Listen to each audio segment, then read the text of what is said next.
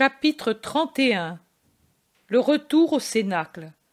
Joseph d'Arimathie éteint une des torches, donne un dernier coup d'œil et se dirige vers l'entrée du sépulcre en tenant allumée et haute la torche qui reste.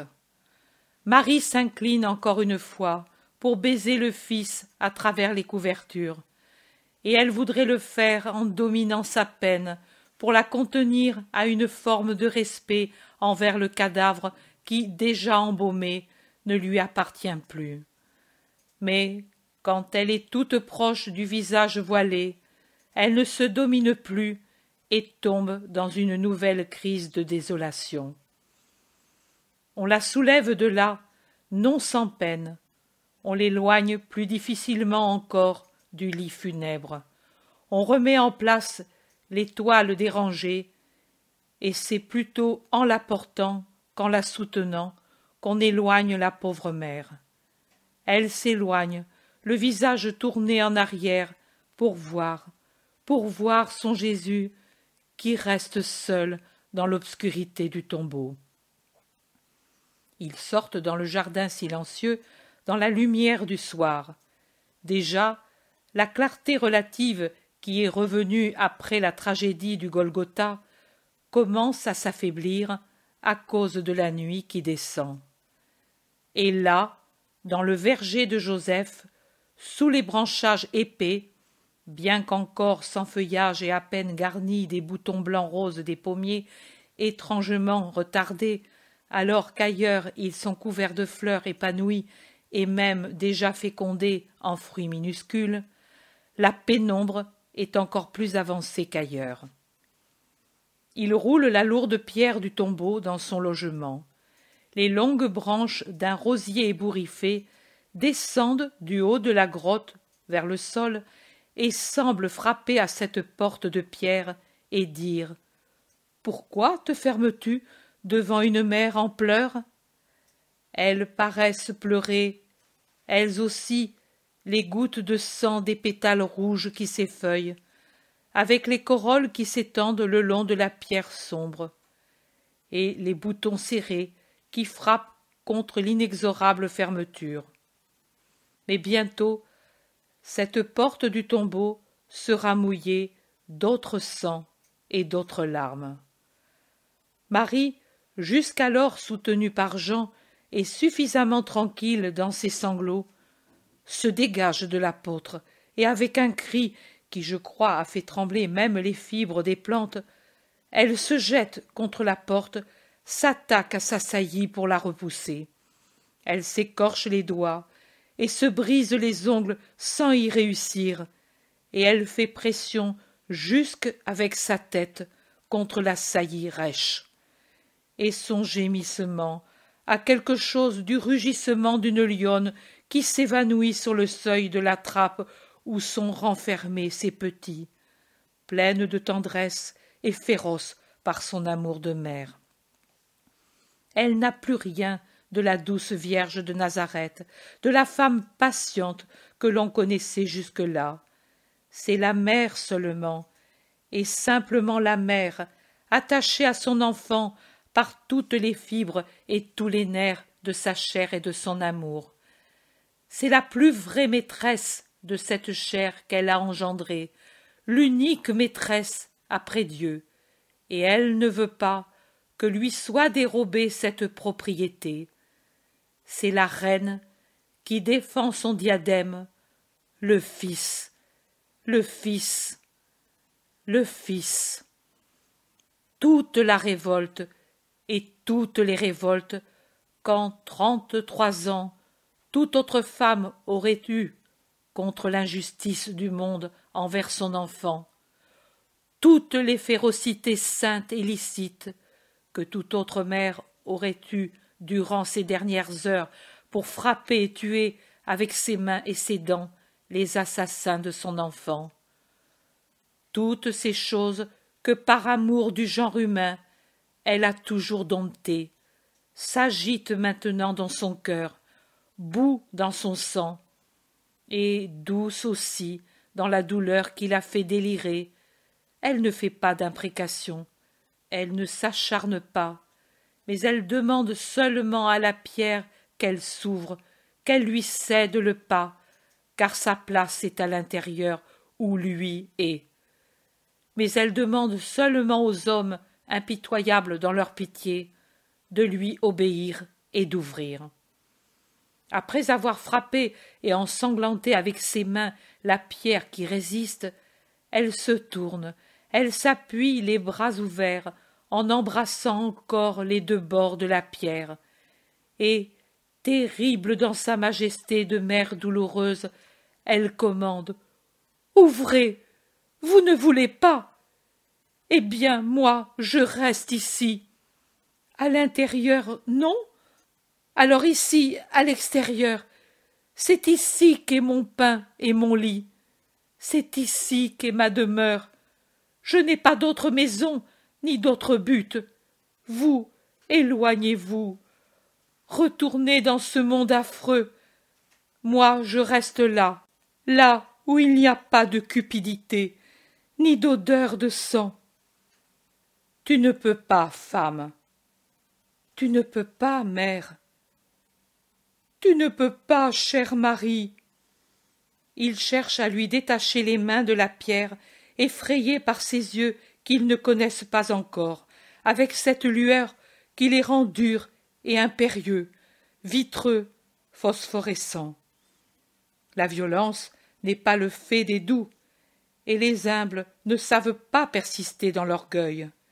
Et Marie perd tout d'un coup la véhémence de sa volonté et le caractère impérieux de son commandement.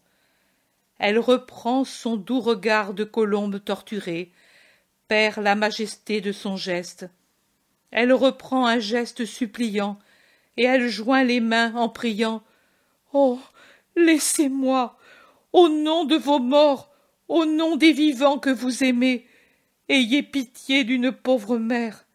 Écoutez, écoutez mon cœur, il a besoin de paix pour perdre ce battement cruel. Il s'est mis à battre ainsi là-haut, sur le calvaire. Le marteau faisait ton, ton, ton, et chaque coup blessait mon enfant, et retentissait dans mon cerveau et dans mon cœur.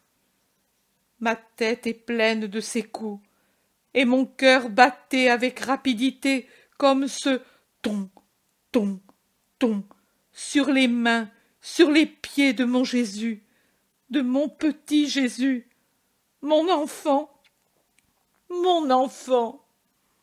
Il lui revient tout le tourment qui paraissait calmer après sa prière au Père, près de la table de l'onction. Tous pleurent. J'ai besoin de ne pas entendre de cris ni de coups, et le monde est plein de voix et de rumeurs.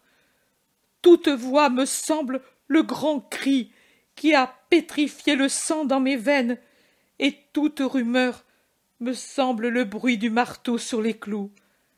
J'ai besoin de ne pas voir de visage d'homme, et le monde est plein de visages. Cela fait presque 12 heures que je vois des visages d'assassins. Judas, les bourreaux, les prêtres, les juifs, tous, tous assassins. Au loin, je ne veux plus voir personne. En tout homme, il y a un loup et un serpent. J'éprouve dégoût et peur pour l'homme. Laissez-moi ici, sous ces arbres tranquilles, sur cette herbe fleurie. D'ici peu, il y aura les étoiles. Elles ont toujours été ses amies et les miennes. Hier soir, elles ont tenu compagnie à notre solitaire agonie. Elles savent tant de choses. Elles viennent de Dieu. Ô Dieu, Dieu! Elle pleure et s'agenouille. Paix, mon Dieu, il ne me reste que toi. Viens, ma fille, Dieu te donnera la paix, mais viens. Demain, c'est le sabbat pascal. Nous ne pourrions pas venir t'apporter de la nourriture. Rien, rien, je ne veux pas de nourriture. je veux mon enfant, je me rassasie de ma douleur et me désaltère de mes pleurs. Ici, entendez-vous comme pleure ce petit duc? Il pleure avec moi, et d'ici peu les rossignols pleureront. Et demain, dans le soleil, pleureront les calandres et les fauvettes, et tous les oiseaux que lui aimait. Et les tourterelles viendront avec moi pour battre cette pierre, et pour dire, lève-toi, mon amour, et viens. Amour qui te tient dans la crevasse du rocher, dans la cachette de la pente. Laisse-moi voir ton visage, laisse-moi écouter ta voix. Ah, que dis-je? Eux aussi, les assassins sournois me l'ont interpellé avec les paroles du cantique. Oui, venez, ô filles de Jérusalem, pour voir votre roi avec le diadème dont l'a couronné sa patrie le jour de son mariage avec la mort, le jour de son triomphe de Rédempteur. Regarde, Marie, les gardes du temple arrivent, allons, pour qu'ils ne te méprisent pas. Les gardes, leur mépris? Non, ce sont des lâches, et si je marchais sur eux, terrible dans ma douleur, ils fuiraient comme Satan devant Dieu. Mais je me souviens que je suis Marie, et je ne les frapperai pas, comme j'en aurai le droit. Je resterai bonne, ils ne me verront même pas. Et s'ils me voient et me demandent « Que veux-tu » je leur dirai « L'aumône de respirer l'air embaumé qui sort de cette fente. » Je dirai « Au nom de votre mère. » Tous ont une mère. Le bon larron l'a dit aussi. Mais ces gens sont pires que des larrons. Ils vont t'insulter. Oh, y a-t-il encore une insulte que je ne connaisse pas, après celle d'aujourd'hui? C'est Marie-Madeleine qui trouve la raison qui peut plier la douloureuse à l'obéissance. Tu es bonne, tu es sainte, et tu crois, et tu es courageuse. Mais nous, que sommes-nous? Tu le vois, la plupart ont fui, ceux qui restent tremblent. Le doute qui est déjà en nous dominerait. Tu es la mère, tu n'as pas seulement des droits et des devoirs sur ton fils, mais des devoirs et des droits sur ce qui appartient à ton fils. Tu dois revenir avec nous, parmi nous, pour nous rassembler, pour nous rassurer, pour nous infuser ta foi. Tu l'as dit, après ton juste reproche à notre poltronnerie et à notre mécréance. Il lui sera plus facile de ressusciter s'il est débarrassé de ces bandes inutiles. Moi, je te dis, si nous arrivons à nous unir dans la foi en sa résurrection, c'est plus vite qu'il ressuscitera. Nous l'appellerons par notre amour. Mère, mère de mon Sauveur, reviens avec nous, toi, amour de Dieu, pour nous donner cet amour que tu possèdes. Veux-tu donc que se perde de nouveau la pauvre Marie de Magdala, que lui a sauvée avec tant de pitié? Non, on me le reprocherait. Tu as raison. Je dois revenir, chercher les apôtres, les disciples, les parents, tous. Dire, croyez, dire, il vous pardonne. À qui l'ai-je déjà dit? Ah, à l'Iscariote. Il faudra, oui, il faudra le chercher, même lui, car c'est le plus grand pécheur. Marie reste la tête inclinée sur la poitrine. Elle tremble comme par dégoût. Et puis elle dit « Jean, tu le chercheras et me l'amèneras. Tu dois le faire, et moi, je dois le faire. Père, que même cela soit fait pour la rédemption de l'humanité. Allons. Elles se lèvent, ils sortent du jardin à moitié obscur. Les gardes les regardent sortir sans intervenir. La route poussiéreuse et bouleversée par le fleuve de peuple qui l'a parcourue et frappé de ses pieds, de ses pierres et de ses matraques, fait une courbe autour du calvaire pour arriver à la voie maîtresse qui est parallèle au mur. Et ici sont encore plus intenses les traces de l'événement. 2 fois, Marie pousse un cri et se penche pour étudier le sol avec une mauvaise lumière, car il lui semble voir du sang, et elle pense que c'est celui de son Jésus. Mais je crois, ce ne sont que des morceaux d'étoffe déchirés dans la mêlée de la fuite. Le petit torrent qui court le long de la route murmure doucement dans le grand silence qui envahit tout.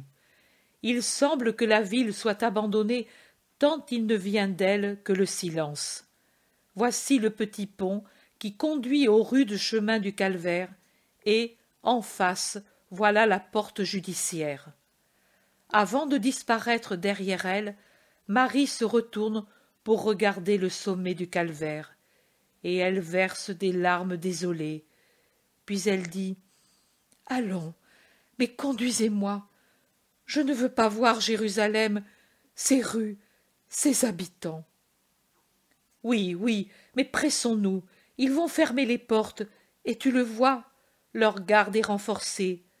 Rome craint des soulèvements. Elle a raison, Jérusalem est un repaire de tigres, c'est une tribu d'assassins, c'est une foule de brigands, et ce n'est pas seulement vers les biens matériels, mais vers les vies que ces usurpateurs tendent leurs griffes rapaces. Cela fait 32 ans qu'ils dressent des embûches à la vie de mon enfant. C'était un agneau de lait et de rose, c'était un petit agneau aux cheveux d'or frisés. Il savait à peine dire maman, et faire les premiers pas, et rire de ses petites dents entre ses lèvres de clair corail quand ils sont venus pour l'égorger. Ils disent maintenant qu'il avait blasphémé et violé le sabbat, et poussé à la révolte, et visé au trône, et péché avec les femmes. Mais qu'avait-il fait alors? Quel blasphème pouvait-il avoir proféré s'il savait à peine appeler sa maman? Que pouvait-il violer de la loi si lui, l'éternel innocent, était alors aussi le petit innocent de l'homme? Quelle révolte pouvait-il soulever s'il ne savait pas même faire un caprice? À quel trône aurait-il visé? Il avait son trône sur la terre et au ciel, et il n'en demandait pas d'autre. Au ciel, il avait le sein du Père, et sur terre, il avait mon sein. Jamais il n'a eu un regard sensuel, et vous, jeunes et belles, vous pouvez le dire. Mais alors, l'exercice de ses sens se bornait aux besoins de la tiédeur et de la nourriture, et il était plein d'amour, oui, mais pour ma mamelle tiède, pour y poser sa petite figure et dormir ainsi, et pour mon sein duquel mon amour s'écoulait en lait. Ô mon enfant, et il te voulait mort, c'est cela qu'il voulait enlever, la vie, ton unique trésor, la mère pour le fils pour la mère, pour nous rendre les plus misérables et les plus désolés de l'univers. Pourquoi enlever la vie aux vivants? Pourquoi vous arroger le droit d'enlever cette chose qu'est la vie, bien de la fleur et de l'animal, bien de l'homme? Il ne vous demandait rien, mon Jésus, pas d'argent, pas de bijoux, pas de maison. Il en avait une petite et sainte, et il l'avait quittée par amour pour vous, homme hyène. La demeure qu'a le petit de l'animal, il y avait renoncé pour vous, et il s'en était allé, pauvre et seul, à travers le monde, sans plus avoir le lit que lui avait fait le juste, sans même plus le pain que lui faisait sa maman, et il avait dormi là où il avait pu, et il avait mangé comme il avait pu. Dans les maisons des gens honnêtes, comme tout fils d'homme, ou sur la couchette d'herbe des prés, veillé par les étoiles, assis à une table, ou partageant avec les oiseaux de Dieu les grains de blé et les fruits des ronces sauvages. Il ne vous demandait rien, mais au contraire, il vous donnait. Il voulait seulement la vie pour vous donner la vie par sa parole. Et vous, et toi, Jérusalem, vous l'avez dépouillé de la vie. Es-tu rassasié et repu de son sang et de sa chair? Ou cela ne te suffit-il pas encore? Et toi, hyène, après avoir été vampire et vautour, veux-tu te repaître de son cadavre, et pas encore rassasié d'opprobre et de tourments? Veux-tu encore t'acharner et jouir de déshonorer ses dépouilles et de revoir ses spasmes, ses tremblements, ses hoquets, ses convulsions en moi, dans la mer de celui que vous avez tué? Sommes-nous arrivés? Pourquoi vous arrêtez-vous? Cet homme, que veut-il de Joseph? Que dit-il? En fait, Joseph a été arrêté par un des rares passants, et dans le silence absolu de la ville déserte, on entend très bien leurs paroles. « On sait que tu es entré dans la maison de Pilate, profanateur de la loi. Tu en rendras compte. La Pâque t'est interdite. Tu es contaminé. » Joseph d'Arimathie répond. « Toi aussi, Helkias, tu m'as touché, et je suis tout couvert du sang du Christ et de sa sueur de mort. Ah, horreur! Loin, loin, ce sang, loin !»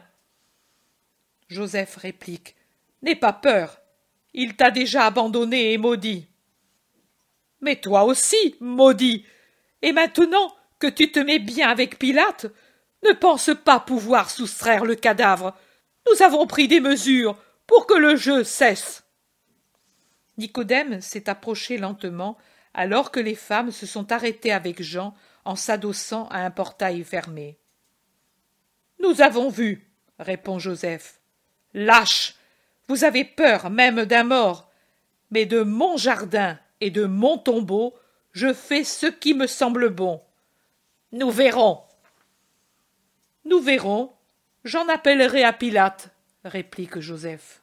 « Oui, tu forniques avec Rome maintenant. » Nicodème s'avance. « Mieux vaut avec Rome qu'avec le démon, comme vous, déicide. Et du reste, dis-moi, comment donc reprends-tu courage? Il y a un moment, tu fuyais en proie à la terreur. C'est déjà passé pour toi? Ce que tu as eu ne te suffit pas encore? Une de tes maisons n'est-elle pas brûlée? Tremble, le châtiment n'est pas fini. Il vient, au contraire. Il te menace comme la némésis des païens. Ni gardien, ni sceau n'empêcheront le vengeur de se lever et de frapper. Maudit! Helkias s'enfuit et s'en va buter contre les femmes. Il comprend et dit une injure atroce à Marie. Jean ne dit rien, mais d'un saut de panthère s'élance et le terrasse. Il le presse avec ses genoux, lui met les mains autour du cou et lui dit « Demande-lui pardon, ou bien je t'étrangle, démon !» Il ne le laisse que quand l'autre, pressé et à moitié étranglé par les mains de Jean, demande « Pardon !» Mais son cri a attiré la ronde. « Halte là, qu'arrive-t-il? D'autres séditions? Arrêtez-vous tous, ou vous serez frappés. Qui êtes-vous? » Joseph d'Arimathie et Nicodème, autorisés par le proconsul pour ensevelir le Nazaréen mis à mort, qui reviennent du tombeau avec la mère, le fils et les parents et amis. Celui-là a offensé la mère et on l'a obligé à demander pardon. Cela seulement, il fallait l'étrangler. Allez, soldats, arrêtez cet homme. Que veulent-ils d'autre, ces vampires? Même le cœur des mères? Salut, Juifs. Quelle horreur! Mais ce ne sont plus des hommes. Jean, sois bon avec eux. Regarde le souvenir de mon et ton Jésus. Lui prêchait le pardon. Mère, tu as raison, mais ce sont des criminels, et ils me font perdre la tête. Ce sont des sacrilèges. Ils t'offensent, et je ne puis le permettre. Ce sont des criminels, et ils savent qu'ils le sont. Regarde comme il y en a peu dans les rues, et comme ils s'esquivent furtivement. Après le crime, les criminels ont peur. De les voir fuir ainsi, entrer dans les maisons, se barricader par peur, me fait horreur. Je les vois tous coupables du déicide. Regarde, là, Marie, ce vieux, il est déjà au bord de la fosse, et pourtant, maintenant que la lumière de cette porte qui s'ouvre l'éclaire, il me semble l'avoir vu défiler, accusant mon Jésus, là-haut, sur le calvaire. Il l'appelait larron, larron, mon Jésus. Ce jeune, un peu plus qu'enfant, lui adressait des blasphèmes obscènes en invoquant son sang sur lui. Oh, le malheureux! Et cet homme, si musclé et si fort, se sera-t-il abstenu de le frapper? Oh, je ne veux pas voir. Regardez, sur leur visage se superpose le visage de leur âme, et ils n'ont plus de figure d'homme, mais de démons.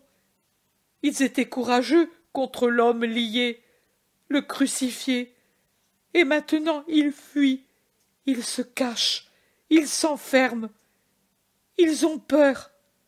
De qui? D'un mort. Pour eux, ce n'est qu'un mort, car ils nient qu'il soit Dieu. De quoi donc ont-ils peur? À qui ferment-ils leurs portes? Au remords, à la punition. Inutile.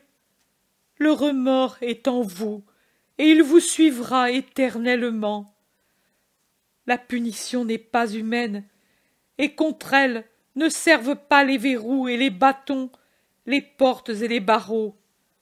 Elle descend du ciel, de Dieu, vengeur de son immolé, et elle pénètre au-delà des murs et des portes, et vous marque de sa flamme céleste, vous marque pour le châtiment surnaturel qui vous attend.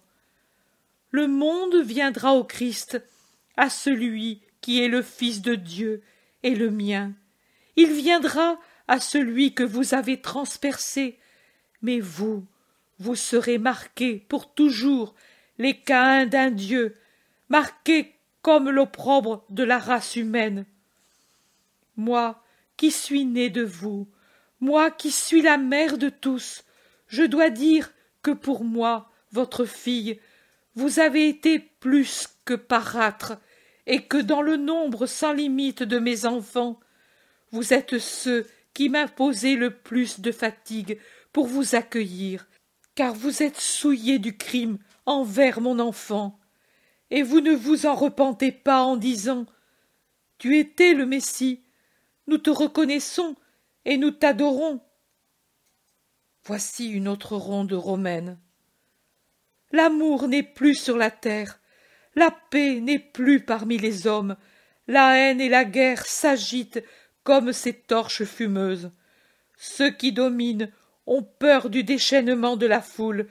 Ils savent par expérience que quand cette bête qui s'appelle homme a goûté la saveur du sang, elle devient avide de carnage. Mais ne les craignez pas, ce ne sont pas de vrais lions et de vraies panthères, ce sont des hyènes très lâches.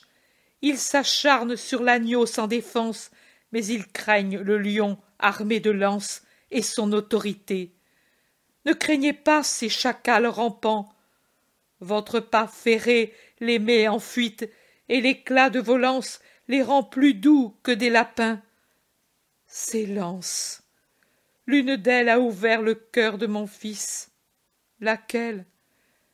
Les voir, c'est une flèche au cœur.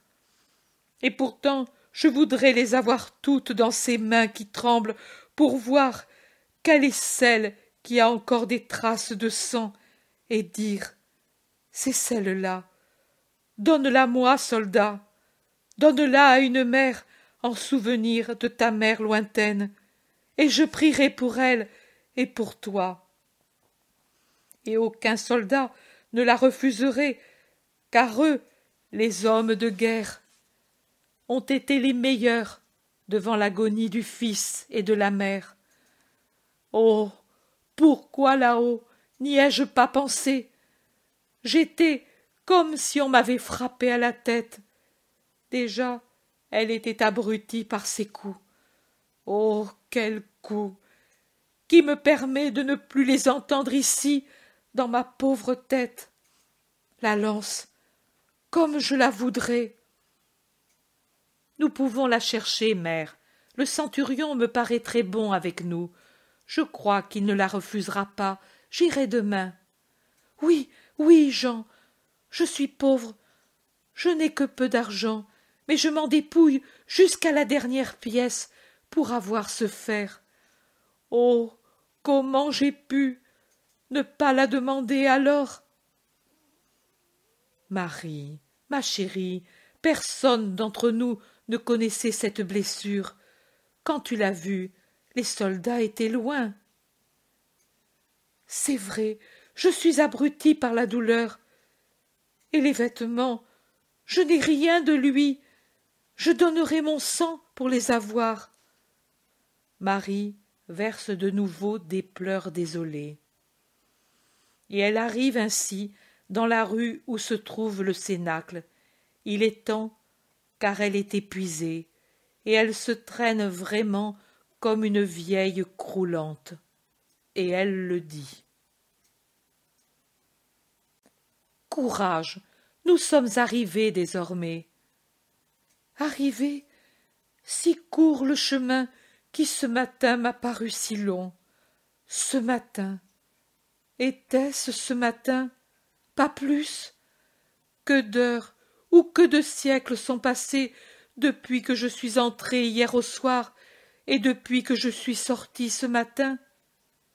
Est-ce vraiment moi, la mère de 50 ans, ou une centenaire, une femme d'il y a longtemps, riche de siècles, sur mes épaules courbées et sur ma tête chenue?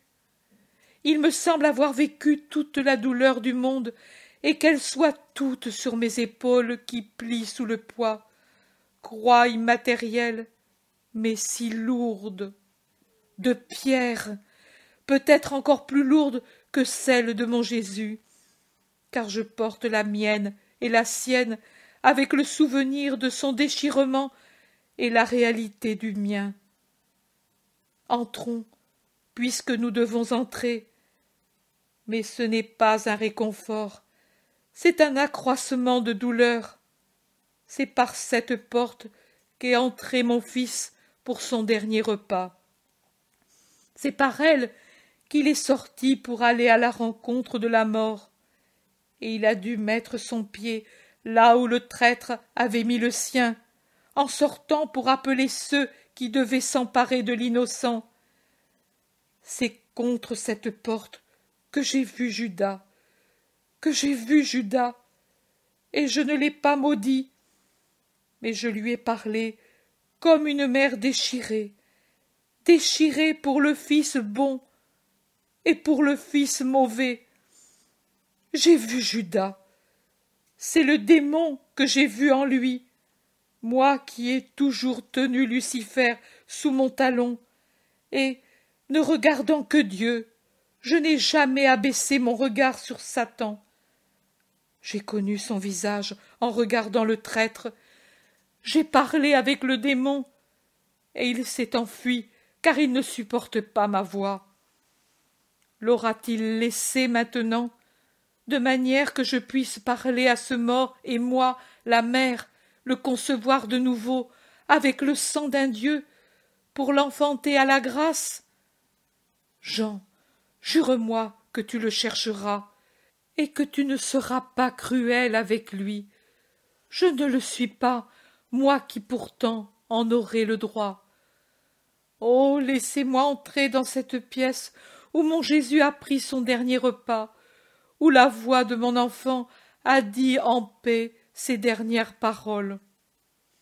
Oui, nous y irons, mais maintenant, regarde, viens ici, où nous étions hier.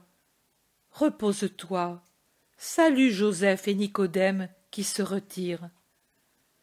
Je les salue, oui, oh, je les salue, je les remercie, je les bénis. Mais viens, viens, tu vas le faire à loisir. Non, ici. Joseph, oh, je n'ai connu personne de ce nom qui ne m'aima pas. Marie d'Alphée éclate en sanglots. Ne pleure pas, même Joseph, c'était par amour que ton fils se trompait. Il voulait me donner la paix humainement. Mais aujourd'hui, tu l'as vu. Oh, tous les Joseph sont bons avec Marie. Joseph, je te remercie, et toi aussi, Nicodème. Mon cœur se prosterne sous vos pieds fatigués à cause de tant de chemin fait pour lui, pour les derniers honneurs rendus à lui. Je n'ai que mon cœur à vous donner, et je vous le donne, amis loyaux de mon fils, et excusez les paroles qu'une mère transpercée vous a dites au tombeau. Oh, sainte, toi pardonne, dit Nicodème.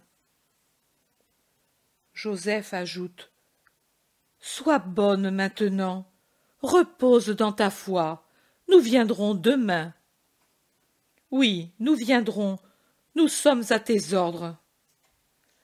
La maîtresse de maison objecte, c'est le sabbat demain. Le sabbat est mort, nous viendrons, adieu, que le Seigneur soit avec nous. Et ils s'en vont. Viens, Marie. Oui, mère, viens. Non, ouvrez.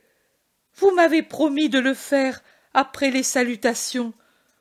Ouvrez cette porte. Vous ne pouvez la fermer à une mère qui cherche à respirer dans l'air l'odeur du souffle du corps de son enfant. Mais ne savez-vous pas que ce souffle et ce corps, c'est moi qui les lui ai donnés? Moi qui l'ai porté 9 mois, qui l'ai enfanté, allaité, élevé, soigné? Ce souffle est mien, cette odeur de chair est mienne, c'est le mien, rendu plus beau dans mon Jésus. Laissez-moi le sentir encore une fois. Mais oui, ma chérie, demain. Aujourd'hui tu es fatiguée, tu es brûlante de fièvre, tu ne peux pas, tu es malade. Oui, malade, mais c'est parce que j'ai dans les yeux la vue de son sang et dans le nez l'odeur de son corps couvert de plaies, que je vois la table où il s'est appuyé vivant et sain, que je sente le parfum de son corps juvénile. Ouvrez, ne me l'ensevelissez pas une 3e fois. Déjà, vous me l'avez caché sous les aromates et les bandes, puis vous me l'avez enfermé sous la pierre. Maintenant, pourquoi refuser à une mère de retrouver son dernier vestige dans le souffle qu'il a laissé derrière cette porte? Laissez-moi entrer. Je chercherai par terre, sur la table, sur son siège, les traces de ses pieds, de ses mains, et je les baiserai jusqu'à me consumer les lèvres. Je chercherai, peut-être trouverai-je un cheveu de sa tête blonde, un cheveu qui ne soit pas couvert de sang. Mais savez-vous ce que c'est que le cheveu d'un fils pour sa maman? Toi, Marie de Cléophas, toi, Salomé, vous êtes mère, et vous ne comprenez pas? Jean, Jean, écoute-moi, je suis ta mère, lui m'a faite telle, lui, tu me dois obéissance. Ouvre, je t'aime, Jean, je t'ai toujours aimé parce que tu l'aimais. Je t'aimerai plus encore, mais ouvre, ouvre, te dis-je. Tu ne veux pas? Tu ne veux pas? Ah, je n'ai donc plus de fils. Jésus ne me refusait jamais rien, parce qu'il était mon fils. Tu refuses. Tu ne l'es pas. Tu ne comprends pas ma douleur. Oh, Jean, pardon, pardon. Ouvre. Ne pleure pas. Ouvre. Oh, Jésus, Jésus. Écoute-moi, que ton esprit opère un miracle. Ouvre à ta pauvre maman cette porte que personne ne veut ouvrir. Jésus, Jésus. Marie serre les poings et frappe la porte bien close. Son déchirement est au paroxysme. Elle finit par pâlir en murmurant « Oh, mon Jésus, je viens, je viens !» Elle se renverse sans force dans les bras des femmes qui pleurent. Elles la soutiennent pour l'empêcher de tomber au pied de cette porte et la transportent ainsi dans la pièce en face.